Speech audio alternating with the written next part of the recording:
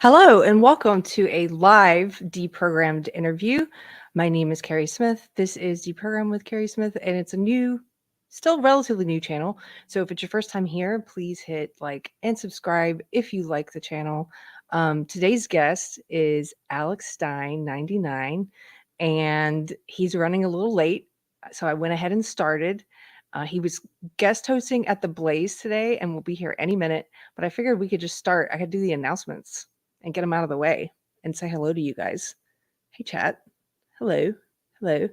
Um, Tomorrow, there's not going to be a live kerfuffle break because I'm going to be speaking in the afternoon, actually at 6 o'clock, on a panel with Megan Murphy, Mary Lou Singleton, Michelle Evans, and I put the link in the chat if you guys are in the Austin area and want to come. It's called Women Leaving the Left. And the really cool thing about it, I think, is that everyone on the panel, we didn't all end up in the same place. So I'm excited about some of the conversations we're going to have, and also some of the people that might show up who are feeling politically homeless. We have been told that there were going to be protests there. So if you come, just put on a smile. And if there are protesters, just walk past them and come into the event, and it should be fine. But I hope to see you guys tomorrow. Oh, he's here. I'm gonna bring in Alex. It looks like he's driving. Let's see. Be a little better. Oh, Can you hear me, Carrie? It'll be a little better. I'm almost home. I just saw that you were going live, so I didn't want to freaking people think you're a liar. okay. Can you hear me? Yeah, I thought, you know what? I want to show them some of your videos. So I We'll was show them right now. You can share Yeah. mine in the car, so the audio and mic will be a lot better once I get home. Okay, cool. So you look so dapper, by the way. Well, I was just hosting at I was guest hosting Elijah Schaefer's show. Oh, and I just saw you, Carrie. You're friends with Gino Bisconti. I love Gino. How do you know I love Gino? I met Gino through Chrissy Mayer, and we did a content house together. He's so Oh, you funny. were at the content house? Yes. Oh, wow. So y'all are probably besties now. We did go roller skating together. Wait, no, he didn't go roller skating. I think he stayed behind. Didn't y'all go shoot guns too? People did different things, so I didn't get there in time to do the gun shooting. I just got to do the roller skating. And you flew from Austin to the Poconos? Where the heck was it, in the Poconos? Yeah, it was at some Airbnb cabin that Chrissy found. It was pretty cool. Like I've never been up there. But I've always heard about the Poconos. And so what is it, in northern New York? Where is it? Yeah, it took over an hour to get there from Newark. So I think northern New York. We didn't really see much of the Poconos. We stayed in the cabin other than going roller skating. But she's doing another one in October that I'm going to be at in Orlando. So wow, you're going to that'll be fun. Orlando. Is Anthony going to be there too? My husband? No, your husband's Anthony. I'm talking about Kumia, the freak, the man, the legend. Yeah, that Anthony. He's a great singer. He did we did a karaoke night, and I had no idea. He's like a karaoke fiend.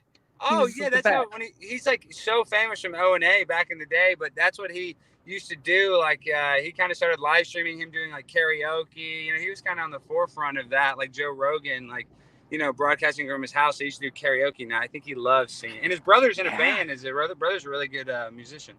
He's a very good singer. Yeah, that was crazy. Like she brought together the most like interesting group of people. It was just fun. So I'm like, yeah, I'm gonna do the next one for sure. And some adult film stars. I like that one. Yeah. That one's so pretty. What's the one that she's like Gigi or no? Gigi. I love Gigi. Yeah. I like her. She's very hot. Sweet too. She's also very sweet. Well, that doesn't matter. We only looks matter.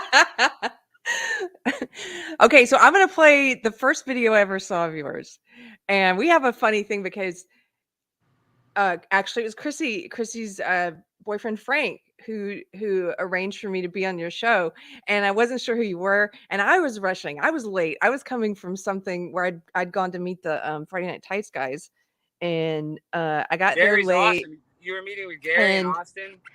No, I was meeting with Jeremy and Ryan. They were in Dallas. They were at the Blaze, and so Anyway, I got on the show with you, not knowing who you were, and I suddenly realized, wait a minute, you're that guy that did the rap, The that went vaccination viral. rapper. Yes. The cringe rapper. Yes. So for anybody, the one person who may not have seen this, we're gonna play a little bit of it while you go inside. Did you say so only people can one person enjoy. knows who I am? No, Ah! like only one person hasn't seen it. Oh. Okay, let's see. I'm having to do my own tech today, so bear with me. Well, StreamYard's pretty user-friendly, honestly. It's not that hard. It's not. I've been picking it up, so. That's what I encourage people. If they want to start their own show, guys, you guys can do StreamYard. It's not that hard. You can figure it out. I mean, you got to do some practice ones. You're going to have it down, you know, after a few streams. Okay, here we go. Alex Stein, I'm here today because we got to vaccinate our children. You know, we really don't have enough vaccines. Like, they're not mandatory, and that's the problem. We got to mandate these vaccines. So I've figured a way where I think we can make it, I don't know, like, I guess more hip. I'm out of breath. And cool for.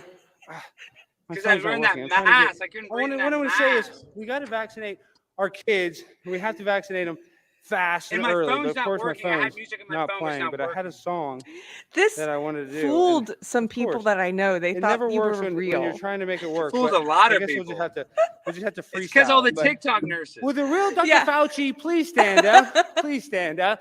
Please stand up. Vaccinate your mom. Vaccinate your dad. Vaccinate the happy. Vaccinate the sad. Vaccinate your babies. Vaccinate them, even if they got rabies. Vaccinate my life. Vaccinate my wife. Vaccinate your DNA. Vaccine created by the CIA. Vaccinate your body. Vaccinate me at the party. Vaccination freak.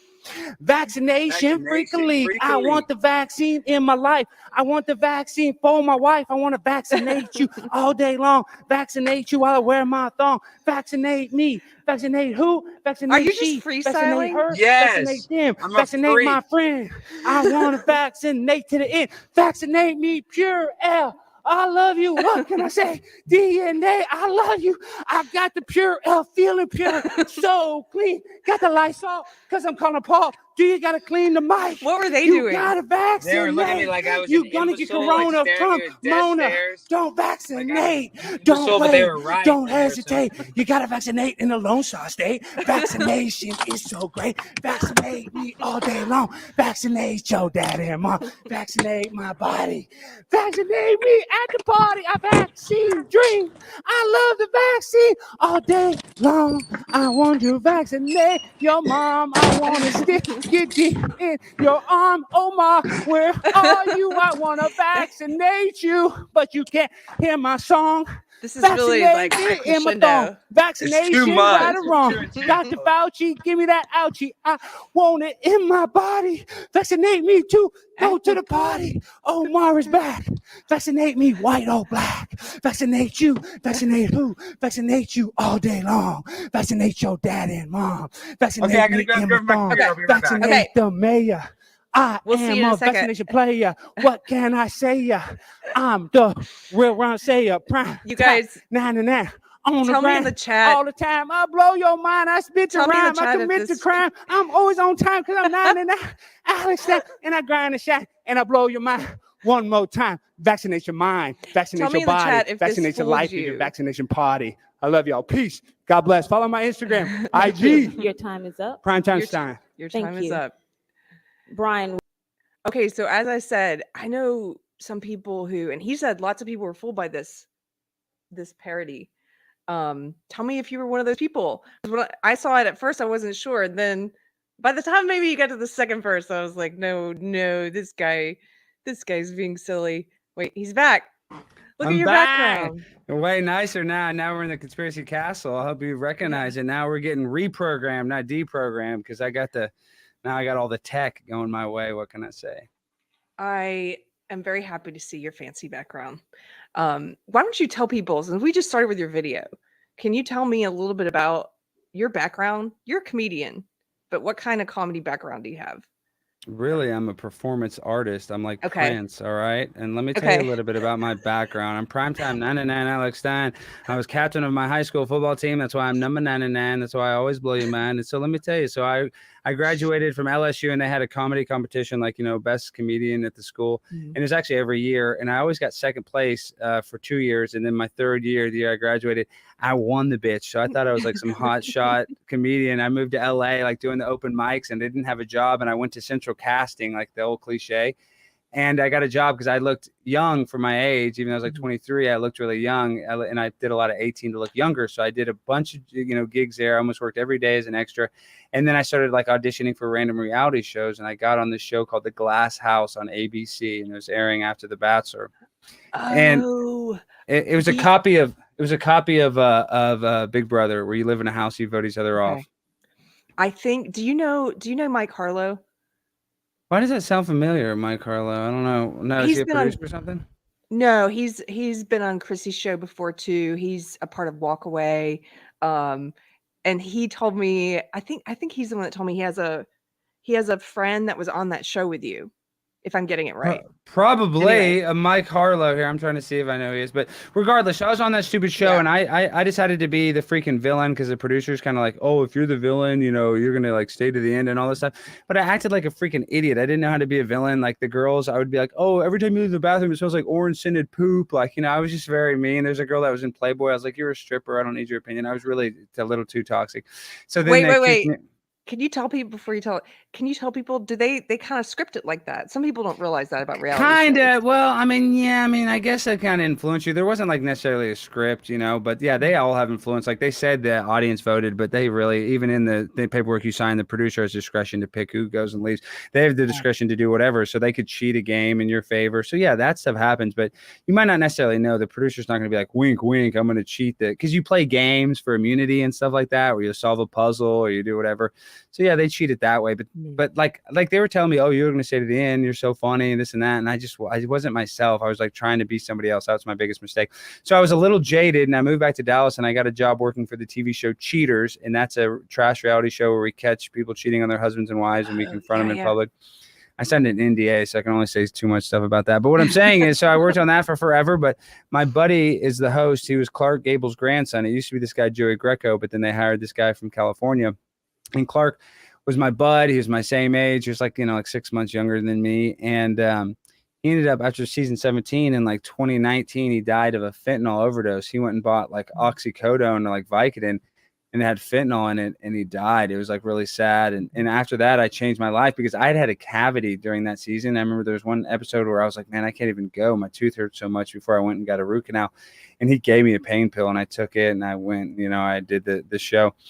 And after he died, knowing that he had like the highest drug tolerance of anybody I've ever seen. Like when I say that, how people that just can drink a bunch and do a bunch, he did. And the fact that he died with this 19-month-old baby in bed and his like fiance, I was like, wow, like that could have been me. So I stopped drinking, got in really good shape. And, about a month later, the guy that owns the production company, he's like, Alex, you're going to be the next host of Cheaters. I'm like happy, but I'm also sad that Clark died. I was in like this really weird mental state. I was like over exercising. I got in the best shape of my life. I need to get in that shape again, but neither here nor there. What I'm saying is then when it came time around April 2020 to start hosting the show, they picked this guy, this DJ out of New York named Peter Guns, who was like a famous DJ. He's like a 52-year-old like black dude, totally different, more of like, more of the audience kind of pick, which is fine. But I didn't want to keep on working there. So one of the guys that worked on the show was like, you should start your own podcast. And that was the first episode. He helped me do the cameras and the audio. He had like a little studio. I used his studio at first. And that's when I started doing the Conspiracy Castle in May 26th, I think is the first episode I posted. Wow. And then shortly thereafter, I started going to city council meetings. And I guess my story is, I went to the city council meetings. Gosh, I'm talking fast. I went to the city council meetings speaking like you just did, very earnestly. And we need to, if people don't know that Carrie just went and spoke at a city council meeting and they don't care. They're looking at their phone. And well, in my first one wasn't really funny. I'm kind of naturally like joke around, but I was serious. I was like, these lockdowns aren't necessarily, based in reality or science. Like they closed down the public restrooms at the outdoor park at Bachman Lake Park. So you had to use a porta potty. I'm like, how is this dirty porta potty, more sanitary than the open air bathrooms. Like they know the bathrooms. It's just because they didn't want them to use, they didn't want people to use the park. So that's why they unhooked all the water fountains. So I'd walk my dog there, so I couldn't even use the dog water fountains. It just didn't make sense, and that's what I complained about. I'm like, why not keep the water fountains on and keep the bathrooms open? But because they wanted to shut it down. They thought I was an idiot, conspiracy theorist. And that's when I realized I got to go crazy. And one of the first things I said is our mayor, Eric Johnson, I was like, you got to do a free vaccine clinic in the gay neighborhood and call it Eric Johnson's Free Johnson & Johnson because the gay community would love the double entendre. And I was like, since you're the first openly gay mayor of Dallas, and he's not, he's a black dude that's married to happily married with kids. And his eyes are just like, he didn't like that. And so when I got that response, because I talk about this, these politicians are NPCs, non-playable characters. Like they don't want to get involved with us unless we're some donator or we work for a company that can benefit them. They don't want to get in the mud with us. They're too busy, And so that's when I started culture jamming. This is incredible. So first thing that strikes me is that you not getting that role in Cheaters was one of the best things that's happened to you. Right? You're 100% right. And because now you get to be yourself and do your own thing. And I just want to highlight that for anyone listening. That's I keep learning this lesson in life is sometimes things that you're going through that are really, if something happens to you, you think it's bad or you don't get something you want or whatever. And in the moment, you can't see what's coming next because you have no idea what's on the other side. And just keep that in mind when you're in the middle of that bad thing. I think that's a great story because then you just started I'm going to do my own thing. I'm going to culture jam. Is that that's what you call it? That's what they call it. And I didn't even, somebody else started calling it that because that's where you take the most absurd parts of our culture and jam it in people's face. That's why you thought oh, is this guy serious? And with the vaccination rap, because you saw all these TikTok people dancing in the ICU. Yes. But no, to your point you just made, and I hate whenever I quote this guy, but Dan Bilzerian, the crazy guy that's on Instagram with all the horrors, the guy I'm talking about. Oh, I don't know him. He's that's probably good, but he's got millions of followers, and he's just always posting pictures of girls in thongs, and he's this supposedly multimillionaire, but it's weird how he has money, but he's basically an Instagram celebrity. This is not about him, but it's about, he told this story on Joe Rogan's podcast about the proverb about the Chinese farmer, and it goes like this: there was a Chinese farmer, and one day his horse ran away, and everybody in the town came up to him oh, that's so bad, that's so terrible that your horse ran away. And the Chinese farmer's maybe. Then the next day the Chinese farmer's horse came back with 7 other horses, and everybody in the town was oh, that's so great, now you have all these horses. And he's maybe. And then the third day his son's legs got trampled tending to the horses, and everybody's oh, that's so terrible, your poor son got trampled by the horses, that's so bad. And the Chinese farmer's maybe. And then the fourth day the conscription service, the draft came around, and they didn't draft his son because his son's legs were all mangled. So everybody's oh, that's so great, your son doesn't have to go to the war and fight. And he's maybe. So the whole moral of the story is you don't know what is bad or good until you get some perspective. Oh, that's so good. That gave me chills. That's exactly what it's like. You don't know. Because you have no idea what's on the other side of something that you're viewing as bad in the moment. Yeah. You know where we should apply that to the most? And gosh, I haven't been dating that much the last 2 years. And I was always been a serial dater because I'm a content creator now. So I'm so narcissistic and involved. It's kind of hard to date. But I'm talking about, you kind of have to apply that to relationships. Because when you break up with somebody, this is the end of the world, blah, blah, blah. But really, it's not. Another door opens up, and I'm 35. You kind of don't learn that till you're 30, and you've had a few breakups. But gosh, I remember some breakups in my 20s. I wasn't necessarily suicidal, but I was very black-pilled, oh, this is the end, And it's funny how it was. And now looking back, I'm gosh, I'm so happy I'm not with that girl, And I guess that's just a good example of where you don't even realize, you don't have the perspective to see that it's probably a good thing that it's over. Yeah. Same thing with jobs, life situations, things that, you lose it but you don't know. Or even to talk about culture, I've gone through a great unfriending when I left woke ideology. I know a lot of people who are watching have probably gone through something like that on some scale. And even those things, that kind of loss, on the other side, there's always things you can't imagine yet because it creates that space in your life for something else. So anyway, I love that you didn't get the cheaters role. You'd be on Yeah. that show right now, like, oh, that'd be so cheesy. And you get to do what you It want is to so do. cheesy.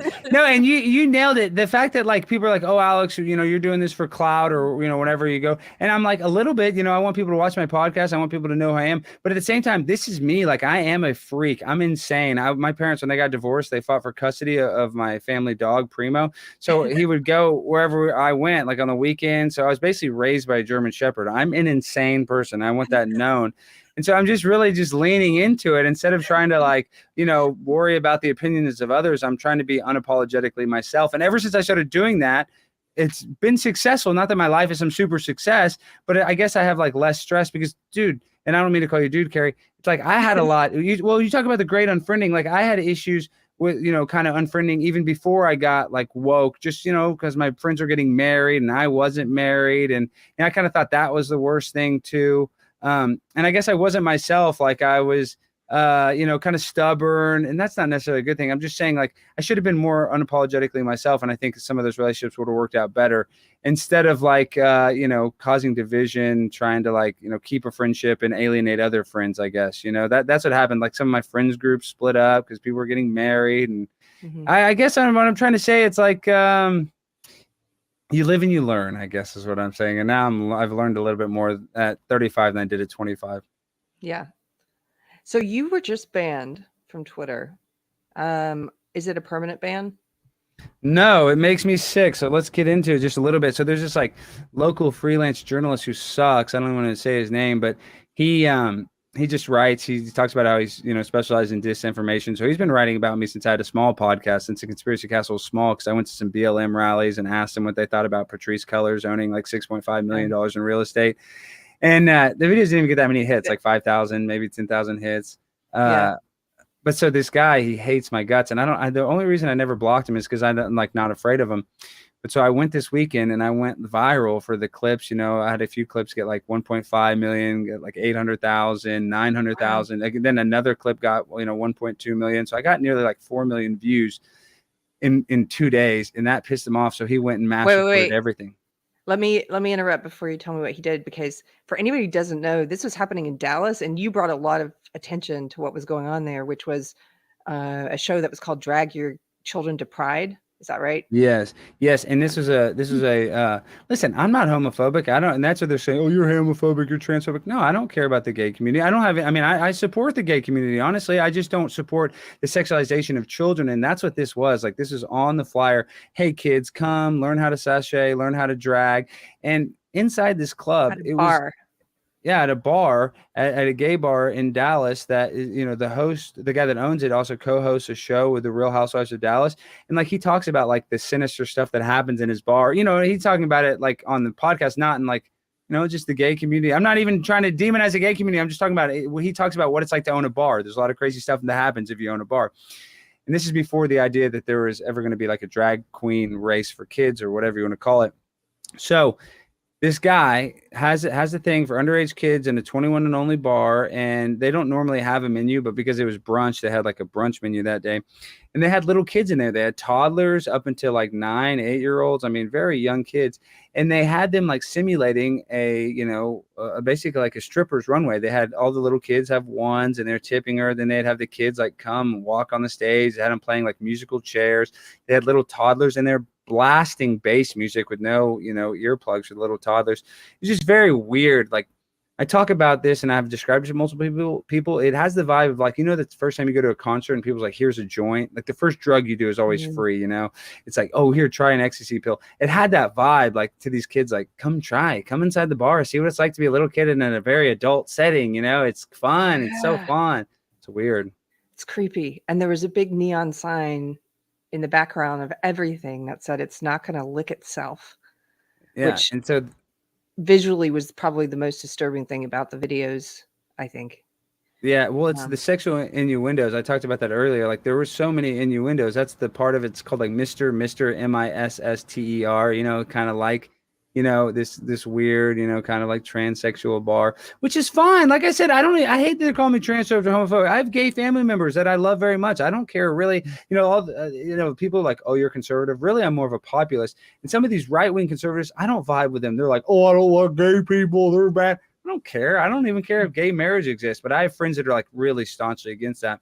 But I don't care. I don't like marriage, the idea of marriage very much, because my parents got divorced and they remarried other people and got divorced. So I'm kind of like jaded on that. I know a lot of people that have their parents have stayed together, so they think marriage is a great thing. To me, it's like, it's kind of like an unnecessary contract. If you really love somebody, you love somebody.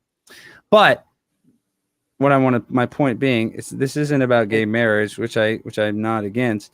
This is about the sexualization of children inside of a place that was very weird, because I tried to go in. Of course, they knew who I was. They stopped me. They assaulted me. They kicked my phone over my hand. They really they make fun of my mom being dead because they all knew who it is. They're like, they say the worst stuff because they feel like since I'm against them, I'm evil.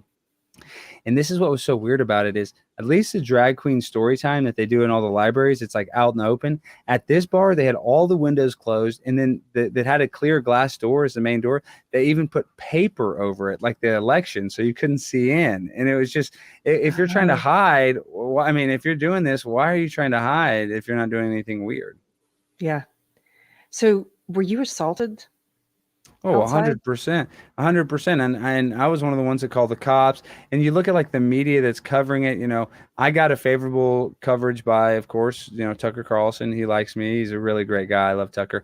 But then you look at the left-wing media like salon.com and stuff. They're calling me a fascist. They're calling me like a bigot, which, that's not the case, but of course that's what they say, because you're going and protesting a kid's drag race. But they don't talk about that on the left side. It's funny, on the right side they're gonna be like, and I'm not saying the right's always 100% right. They're just like, this is disgusting because this is a kid's sexualization of a drag queen story time in a bar where they shouldn't be allowed.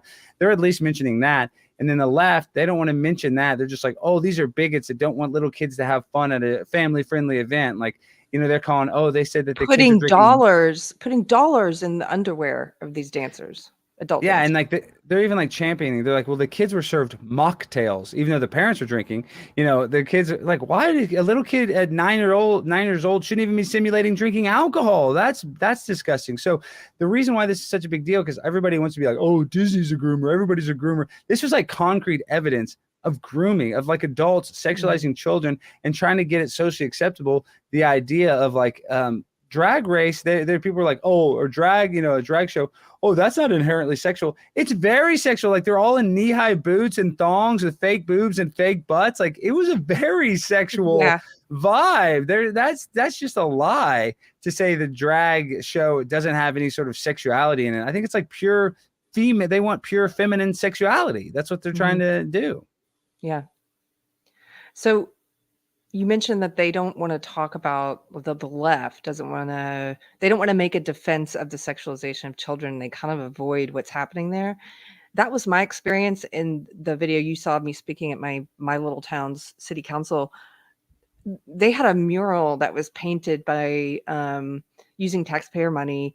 The middle school and Georgetown ISD, they had these 10 to 13-year-olds paint a mural that had all these different flags for sexualities and I guess identities. So it was like the transgender flag, non-binary, pansexual.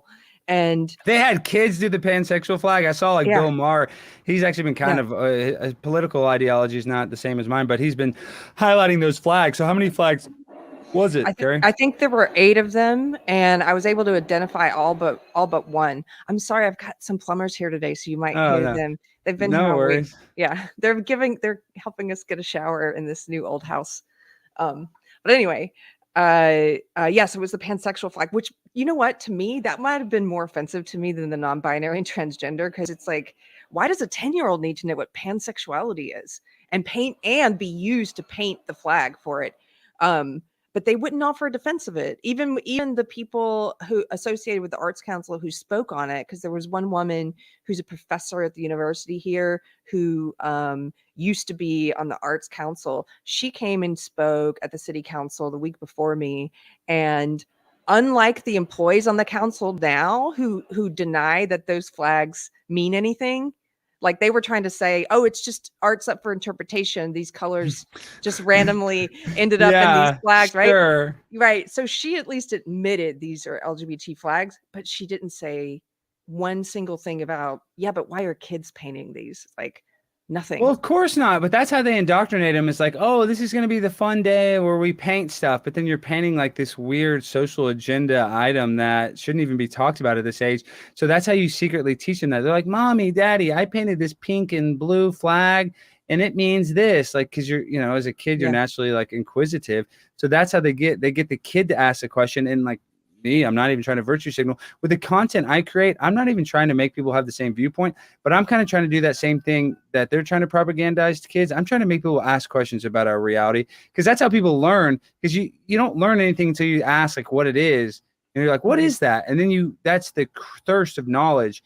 And so that's what you give kids by making them question this. Now they're like thirsty for this knowledge about pansexualism or transgenderism, which might have been a subject that they probably shouldn't have learned about till 15 or 16 at the earliest, Yeah. If you were to come to my city council and do a funny speech about this issue, what would you do? Well, see, because I was trying to give you an idea. Well, like for me, I mean, I might do anything. I'm insane. But like if you wanted to be funny though, and you kind of want to be goofy in a way that's entertaining, the best way to be is like, you dress up as a weird teacher and talk about how much you love CRT. Like you would be good at that, Carrie. They would think you're real, you'd be like, I think we should teach all kids that, white guilt is mandatory, and that this is some stolen land from Indians, and that we need to mandate vaccines for toddlers. If you went like full crazy, that's the culture jam that you have to do, because we live in like this world where, like I was telling you, to make people question the reality. Like one of my heroes is a guy named Andy Kaufman, and that's what he did. Yeah. He blurred the line of reality and fiction. So you went there and they could tell you were like ultra serious, like, oh, she's like seriously passionate about it. So immediately they're like, change the channel, turn it off, look at my phone. But if you kind of like blur the line, you act crazy, and then they have to be like, wait, is she this bonkers? Like, is she this insane? It actually gives you attention, and I'm an attention whore. I'm the class clown. So I know that's what you got to, you can't play them straight because they're trying to be straight. They're worried about their appearance. So you kind of have to go there and not worry about it, which is easier said than done, because public speaking is one of the biggest fears. People like arachnophobia, flying. Oh, yeah. Public speaking like ranks like just right above that for most people. Is it a fear for you? It is for me. I'm getting over it by doing it more, but no, not at all. I mean, I wish I had more jokes because I'm doing stand-up comedy. That's more about writing. But like the idea of public speaking in college, those are the only classes I got A's in. I took public speaking, advanced public speaking, because I got a minor in communications. No, I could sit and talk in front of a room, and I'm actually better at talking more seriously and putting in a few jokes than like the Louis C.K. I wish I had more jokes to say, I guess what I'm saying, because that's more writing. But when it comes to actually publicly speaking, that's like one of my favorite things to do. It just feels good. And I kind of almost like, like I said, I don't want to be like super serious, but I kind of like the idea of not necessarily just going up there and saying set up punchline jokes. I kind of like talking about, complex things in a non-complex way. Is like my favorite delivery method. Mm-hmm. Have you ever thought of doing something sort of like a one-man show, or because that you could be more serious and punctuate it with the absurdity and the comedy? Yeah, and that's kind of what I need to plan out. Like I sold out 2 shows, not trying to pat myself in the back. They're only 75 seats in Phoenix, and I did an hour long, and it was almost kind of like a one-man show. And I like put on my Alexandria, women's bathing suit. Of course, I have to cross-dress to get any likes because I'm so insane in the membrane. But yes, that's kind of where I need to take it, where it's a little different than your normal comedian, because I'm very self-deprecating. Not that a lot of comics aren't, but I kind of like don't have a ton of shame. So I guess. And that could be a bad thing too. It's like I kind of like being the brunt of my own jokes, is what I'm saying. I don't really care, because I want to make people laugh. Like I talk about this all the time. We're under so much trauma-based mind control, and this, like just constantly under 600,000 dead, 700,000 dead. War in Ukraine, take away our guns, school shooting, blah blah. It's never like anything positive. It's never like, well, the horizon's looking good. It's always like, oh, we're fucked. And so, it's just kind of, I kind of want to like break free of that trauma-based mind control somehow. What I like about your comedy is, like you said, well, it's absurdist. It's that it is like Andy Kaufman, and it's also silly. There's so much joy in it in these crazy times. To have that kind of silly approach to it, it just makes me happy. I can't. There's not a video of yours I've watched that I haven't laughed at, because it's just, you're just having fun with it. And I saw someone at the beginning. I saw a naysayer at sometime at the beginning of this video in the chat that was like, "Why are we wasting time on this guy?" Not Yeah, saying that. there's always Yeah, there's no, always no, some. no, no. Yeah, But Carrie, the bigger I get, the more hate I'm gonna get, and I've actually Yeah. understand that. So that's kind of, it's almost like a thing. When nobody knew who I was, I didn't get hardly any hate. So now that I'm getting hate, it kind of shows like, well, now I'm starting. I haven't arrived, but I'm getting close to arriving, kind of. Yeah. Well, what I would answer to that is I obviously don't think it's a waste of time. And I think what you're doing is using comedy, using humor. Because I used to work with comedians. I managed comics when I was in social justice. And it was like, we can use humor to educate people about, all these isms. That's why I thought then my ideology was wrong, but the idea of using humor to get people to ask questions, to provoke thought, the way that you're talking about, that's right. It just depends on what you're trying to provoke, right? And you're doing that because it's so over the top. It gets shared, more people see it. There are now more people that know about what was happening at that bar at Dry Kids Pride, with kids. So I'm sorry you got assaulted. I'm sorry you got banned. So can you catch me up with, you said it was a journalist who had been targeting you.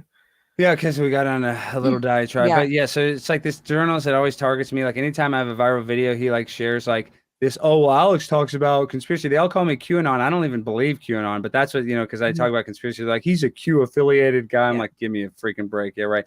So he's always like, whenever it's like some normal blue check mark shares my thing, like, look at this crazy person. Like, no, he's trolling. He's this.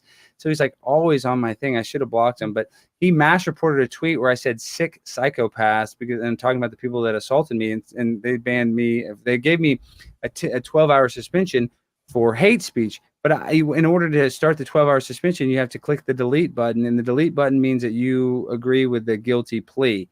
And I appealed it, and my appeal process, like I said, I'm on 72 hours. I haven't heard back.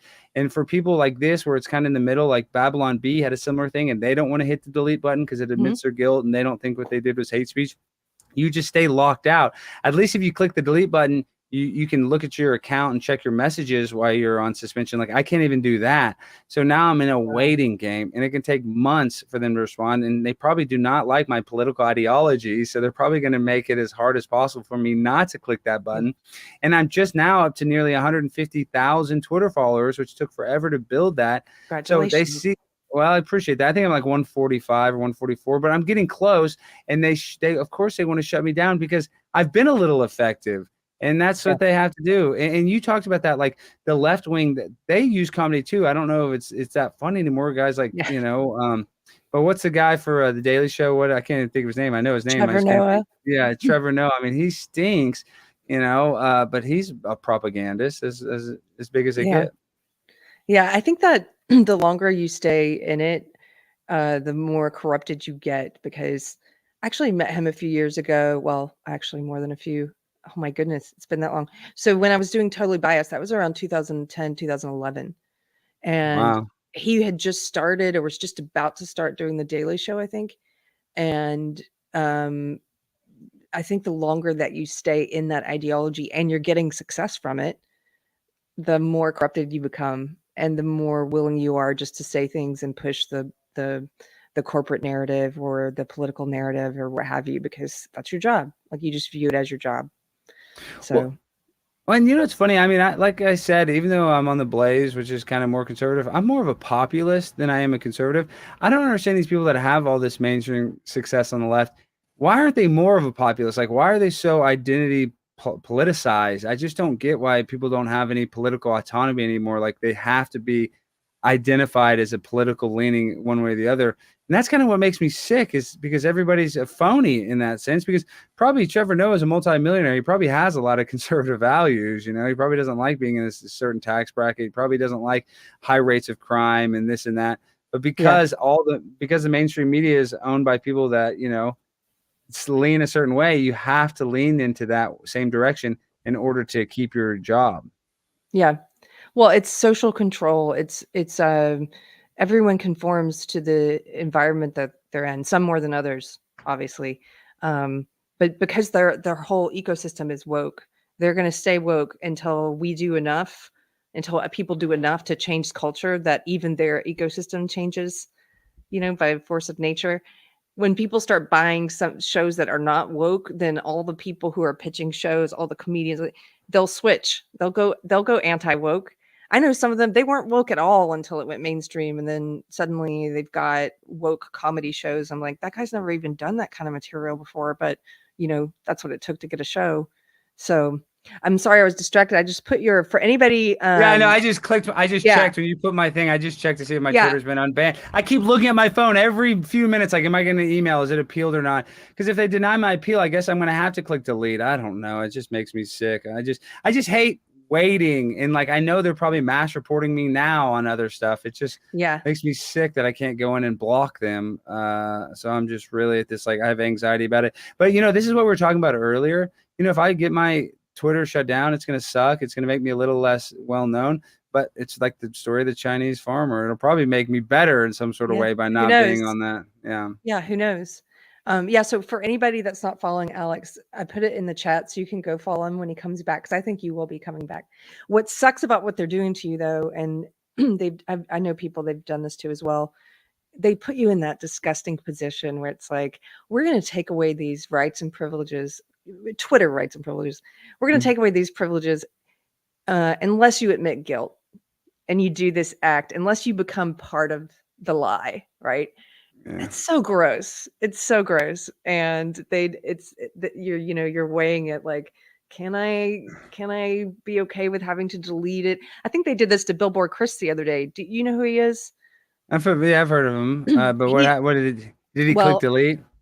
I think he ended up clicking delete. He also, that may not have been what changed it though, because he also went to Twitter headquarters in San Francisco and tried to talk to him. Yes, and he did get a meeting, and he talked to someone. Like, he just showed up with his billboards. So he does billboards. So what happened? Oh yeah, I've seen this guy. Yeah, Billboard. And he does like the train. So what happened when he went to San Francisco, Silicon Valley? They said, "Oh, we'll have a meeting with you." He said it was a success, and the next thing I know, he was back on Twitter. I think he talked to someone. He said, I'm going to look him up on Instagram, because I remember I was surprised that it was something positive that came from that. I'm about to have to fly to San Francisco to get my Twitter back. Oh my God. You should. I know I will. I'm flying to California. I'm going on a lot of, I didn't fly at all, Carrie, for 2 years because of the stupid mask mandates. Now, if they even brought the mandates back, I'm still not going to ever spend 2 years of my life not traveling. But I got a bunch of trips planned. I'm going to New York. I'm going to LA. I'm going to Maine, like literally in the next, couple of weeks. So I'm just saying, it looks like San Francisco is where I got to add that to the itinerary. Oh my gosh. Yeah. Yeah. So here's what he said. He says, I'm back. I have faith in humans. So I walked into Twitter headquarters today and it worked. Yeah. Oh my gosh. I'm going to have to go in Twitter headquarters with my suit on and talk really nice. Go in the swimsuit. I think that's the one. Yeah, they'll like that. Do you mind if I play I'm not going to play the whole please. thing, just a portion of that one? Okay. Because that was one of my other favorite ones. Let me pull this up. I just have to wait till the ad stops. Stupid ad. Okay. I know. So annoying, this freaking Twitter ads. You don't have the Twitter Plus or whatever. I have it. It's awesome. No, I pay Twitter Premium, but it's expensive, but you got to have it. What does it allow you to do? You just don't have to do any commercials whatsoever. Okay, here we go.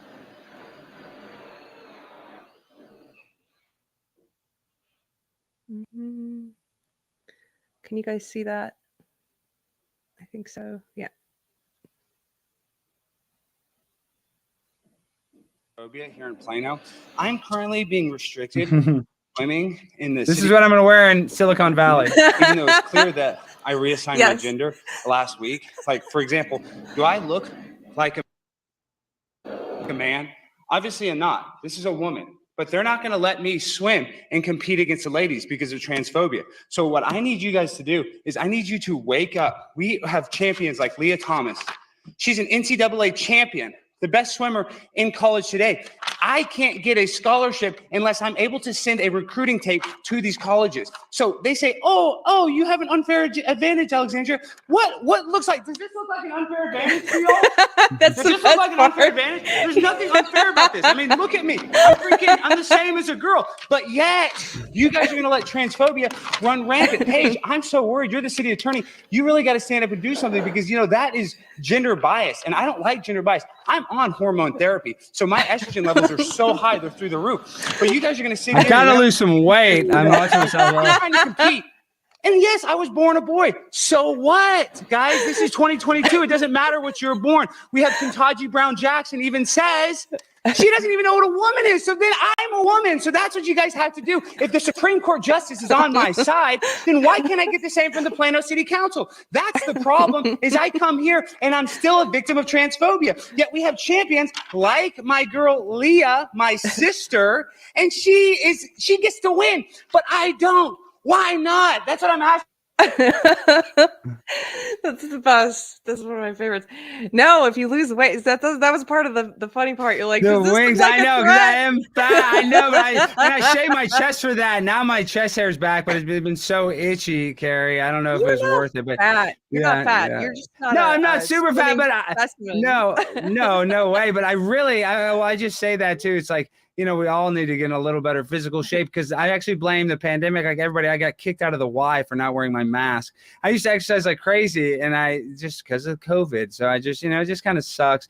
Like I can almost look back and be like, well, I guess COVID is kind of good because like it gave me time to like start creating content, but really it sucks. I mean, there's like, that's like the only positive thing is, I guess I had more free time to create content, but man, we're still having the after effects of the lockdowns, and we're going to have them probably for the rest of our lives, especially all the kids that can't read at like a third grade level or that are reading at a third grade level that are like freshmen and sophomores in high school. Like somehow, it just stunted the, maturation of so many kids' education. Yeah. Did you see that the CDC put out something saying they're moving back? They're moving the benchmarks for the time at which children should be speaking words and a certain amount of words. They're pushing all those back, but they didn't. Oh my God. Yeah, they didn't attribute it to the lockdowns or anything. They just said, "Hey, we've got an update to when is it normal for a kid to know 10 words, 50 words," and all of those got pushed back with no acknowledgement of why that might be. Well, when we watched the movie Idiocracy, that's a documentary. I mean, like Mike Judge, I think was the guy that directed it. And when I first saw it, I'm like, this is stupid. When in the future, we're not going to be dumber, but we literally are going to be dumber. It's kind of scary, really. It's very frightening. I wonder if I could ask you something, switch to something a little more serious again for a second. You mentioned that your friend's death really affected you and changed your life, and you got sober then. How long ago was that? Well, now, I mean, it's 2019, so I mean, it's a little over 3 years. And that's when I just stopped drinking, and I haven't drank since. But after he died, I stopped smoking weed, but then I kind of went back to smoking weed. But now I totally quit. I totally stopped. My mom passed away in October of 2022. Yeah, and I just had to quit smoking weed. Every time I'd smoke weed, I would like basically start crying because I was so depressed. And so that was, I mean, obviously it's the worst thing ever that my mom died, but at least I quit smoking weed because I realized it was just a crutch and that it was actually making me feel worse. And a lot of people don't realize that because I know a lot of people use marijuana and it really kind of just masks the depression. You think it's like an antidepressant. And I'm not saying don't smoke, like, whatever. I'm not even trying to be a virtue signaler or straight edge. But that was actually probably one of the best things that happened to me was quitting marijuana. And marijuana's fun, but it was making me lethargic and more depressed. Mm-hmm. Have you noticed a difference in your comedy or in your daily life? Because I have. I've been sober. It's been probably around the same time since 2019. Yeah, with no alcohol. Yeah. Oh my gosh, my life is a million times better. I have nightmares sometimes where I'm shit faced in my nightmare, and I'm like, I wake up, I'm like, oh, thank God I'm not drunk. Like I literally have no desire. Sky Bear, my cat's going crazy. And you would think that because there's so many people that are like alcoholics. They're like the weekend alcoholic. Most people are. If you binge drink even a little bit, you're basically an alcoholic. And I'm not trying to say that to demonize people that drink a lot, but you don't realize like the effect that it has, not even the physical effect, but the mental health effect. There's so many people that say they struggle for depression. Well, you're never ever going to get the chemical imbalance in your brain right by constantly killing, brain cells through alcohol. So for me, by quitting alcohol and starting an exercise regimen, I should exercise more. It healed my depression and anxiety. And you think it's the other way around. You use the drugs to medicate your anxiety, but the only way to actually get rid of your anxiety is to stop doing the drugs that stop it temporarily, but make it come on in a tidal wave after. Yeah, it's a cycle, or it was for me. And also, one of the things I noticed was that I was probably one of those people that you would call like, oh, functional alcoholic, right? Mhm. But I couldn't do any long-term thinking. It was always like I felt like my brain was resetting, and so it was enough to take care of what was immediately in front of me. But in terms of long-term planning or thinking, that improved so much. And so, anyway, I was just curious if you noticed a difference. No, it's a huge Yeah. difference. I mean, I can't imagine somebody saying like me, like I was a not everyday drinker, but I mean 4 or 5 days a week. The only time I wouldn't drink is because I was probably doing something where I couldn't. Because I always like to have some wine or a couple beers, to take the edge off. And you get in that like where it becomes a crutch, it just becomes normal. And I see all my friends on social media that are drinking like that, and I'm just like, I actually look at it like this. Like you talk about life getting better. And people are going to say, oh, maybe this kind of makes you sound like a jerk. But I'm like, I'm not drinking, then I have an advantage over everybody that is drinking. Not that life is a competition. No, and I'm not even trying to, because the comparison is a thief of joy. But I'm kind of like, man, there's people way more successful than me that get drunk all the time. But I'm like, I wouldn't even trade that success for the alcoholism. Like I'm actually very comfortable in not drinking and knowing how many doors have opened since I stopped, and knowing that more doors are going to open because I'm not heavily medicating, because I'm instead of using alcohol for pleasure, I'm using like success, or I'm using like creating content or doing something positive for pleasure instead of doing something that's negative for pleasure. Yeah, exactly. Yeah, no, I was laughing because that made sense to me. There was a time when this is before I got sober, but I used to do these things where I would go, a month without alcohol, and that kind of reset thing. And I did that once back when I was still working in comedy. This is my old life, and I was out in Austin for South by Southwest, and my business partner and I were both not drinking or anything at the time. And South by Southwest, have you ever been? It's like spring break. Yeah, I mean, I've really never hung out there. Yeah, I mean, I know all about it. I'm in Dallas, but yeah, I don't even like. I'm not a big South by Southwest. I know it's nuts. Yeah, it's nuts, and so everyone's it's like all the business side of entertainment, of music and comedy, and everyone's just day drinking and drunk all the time. And anyway, point being, I had that moment, like you're saying, you had an advantage. I was in meetings with people and everyone's drinking, and I was just having tea, and I had this moment where I was like, I feel like I have superpowers because I can I can talk seriously. to people. Well, that's how I feel like, because now, I mean, I'm a broadcaster. I've signed a deal with the Blaze, and I'm about to, hopefully have my own show there very soon. And like, I'm not even worried about it because I can talk all day. I'm so much more focused. I can put together a trend, I can put together my words even better. And I used to think like, oh, I need alcohol to publicly speak, or I need this, I need that. No, now I realize I don't need anything. Literally, I'm better without anything. It actually, that like you tap into your essence, or whatever you want to say. I don't know, lack of a better word, because you really truly are yourself when you disconnect from all this stuff that really takes your personality. And this is not trying to sound like a virtue singer. If you guys want to drink, but everybody sucks when they get drunk. Like, you might have fun, but your personality is not as good. So I don't ever have to worry about having those personality fights with my friends or anything, because I can just be myself.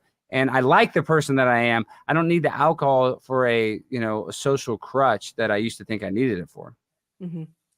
When you're doing comedy, whether it's like man on the street stuff or you're at the city council meetings, you were talking about how it makes you feel. Like, what is that relationship between a performer of any kind and the audience? Well, I mean, seriously, it's like I'm doing something for fun. I know that sounds weird, because sometimes like you're like, oh, I don't want to go put a camera on the street and ask people random questions.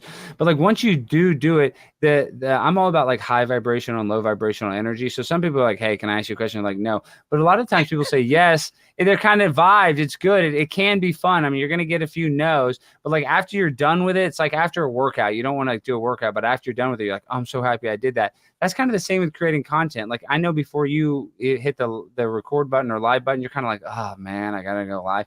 But once you're done with the show, you're like, oh, I'm so happy I did that. You never like do a show and you're like, man, I'm pissed that I did. I mean, unless something crazy happens, you're mad. But 99% of the time, you're like, man, I'm happy I hit that button. Even though you had a little anxiety, like, oh, what am I gonna talk about? Blah, blah, blah. Once you actually do it and you're distracted and you're vibing and you're in the zone, you feel so much better after. So that's where it is. I'm literally not trying to fake it. I'm actually trying to have fun when I do this stuff, even when I'm culture jamming, even when I'm going to crazy drag bars. I'm just trying to like have a light attitude about it and not be ultra serious and not be ultra negative, because that's how most people are. And like that negativity is cancerous. You must love people.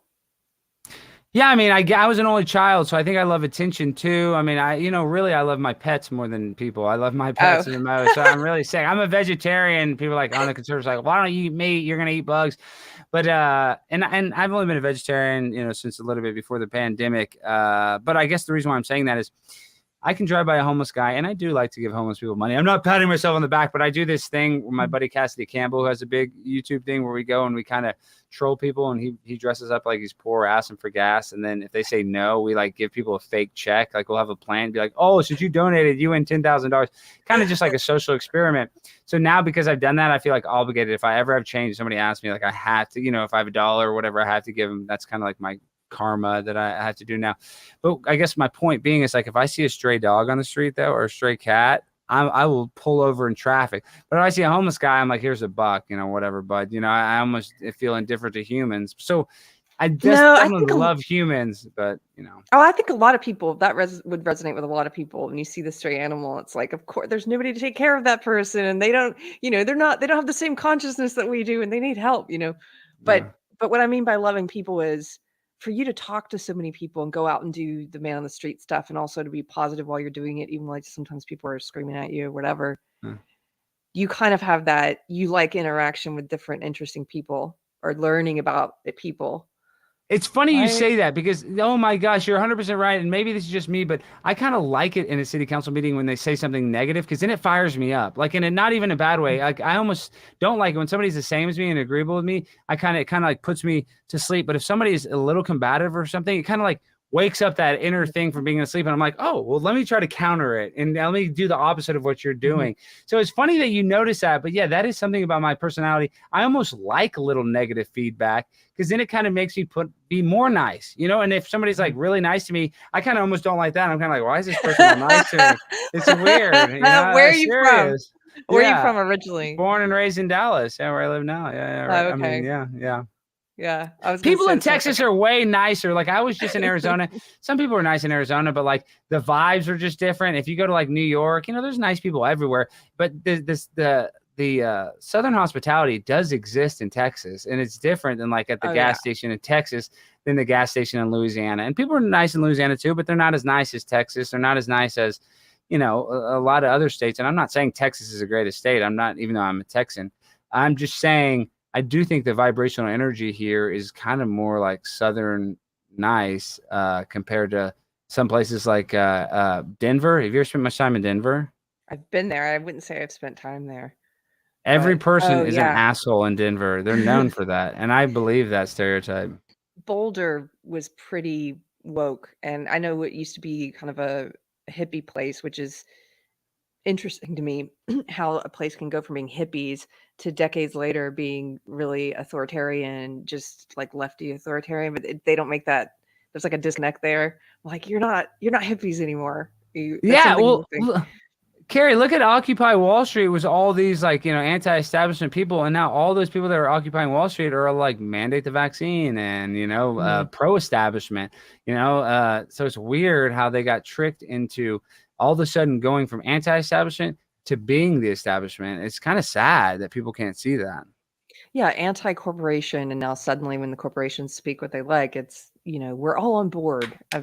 Yeah. And that's the problem is these corporations, like I get it. Walmart's good because they have lemon for 25 cents and it's $1 everywhere else. But these corporations, these multinational corporations, they subsidize everything outside of our country and they're making our lives worse. Like Apple, they have a thing that's called the Foxconn Studios in China. They have to have suicide nets because so many people are killing themselves because they're like so underpaid and overworked. And yeah, of course, an iPhone would cost more money if it had to be produced in America, but that would be better for Americans. Like we're like, it's just, we just live in a weird day and age where like the industrial vibes are, not good in America. It's not, we don't build or create anything ourselves. And I think that causes a problem because we're not America first. And I'm not saying that like tongue in cheek. We're globalized instead of Americanized. And I think that's a big problem with our happiness in our country today. Mhm. You described yourself as a populist. Have you ever claimed to be or felt like you were part of either political party, or are you an independent? Yeah, I mean, now I kind of lean more conservative because I really don't like abortion. I get that a lot of people have had abortion. I know people that did, and I know like young people feel. There was a time when I was young when I was like, oh yeah, you should have the right to, pro-choice.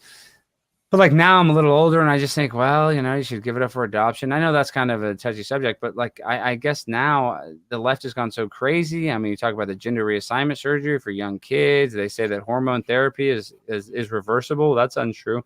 There's so many lies on the left that the Overton window almost makes you a conservative if you don't think 9-year-olds should have gender reassignment surgery. So it's hard to even not be considered a right-wing bigot unless you like go along with all these crazy left ideologies that don't really make a lot of sense.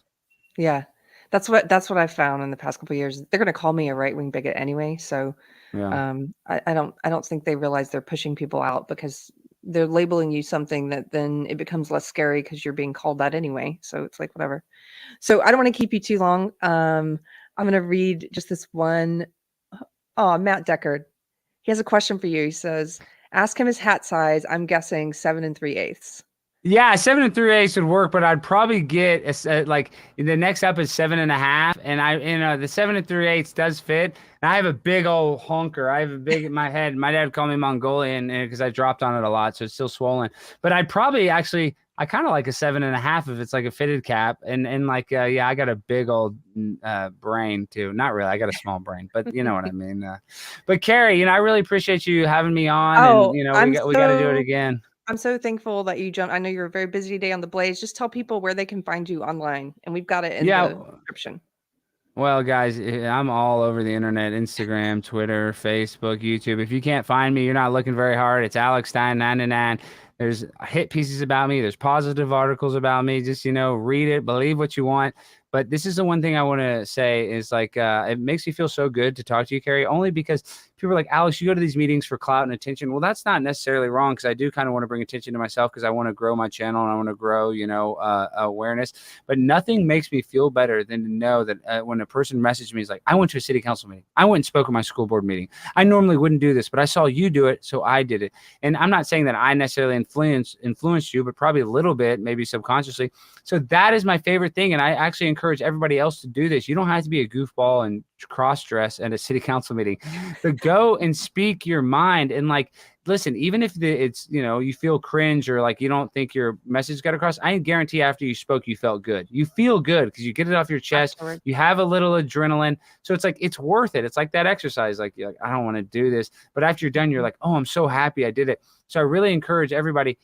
Like I said, you don't have to be a freak like me. You don't have to go insane for the Ukraine. You don't have to be a weirdo. Go and actually speak how you feel. Even if it doesn't have the effect that you're hoping, I promise you will like it and you will feel better and you might be motivated to do it again. So it's really a win-win situation because we got to stand up and speak for yourself. If you don't, nobody's going to speak for you. So that's the other thing. It's like nobody's going to stand up for you. You got to stand up for yourself. Yeah. Thank you so much. What a great message to end on.